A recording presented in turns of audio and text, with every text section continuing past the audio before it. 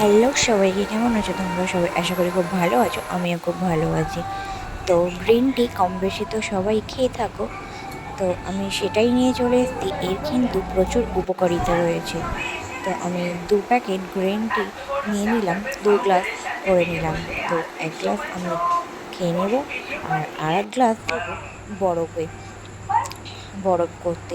আর স্কিপগুলো স্নান করার আগে বা বিকালে রাত্রেবেলা ঘুমানোর আগে একটু মুখে জাস্ট লাগিয়ে নেবে, দেখবে মুখটা কতটা চকচক করছে। আর গ্রিন টি খাওয়ার পরে যে প্যাকেটগুলো ফেলবে না, ওটা দিয়েও ফেস প্যাক বানিয়ে নেবে, ওটারও প্রচুর উপকারিতা।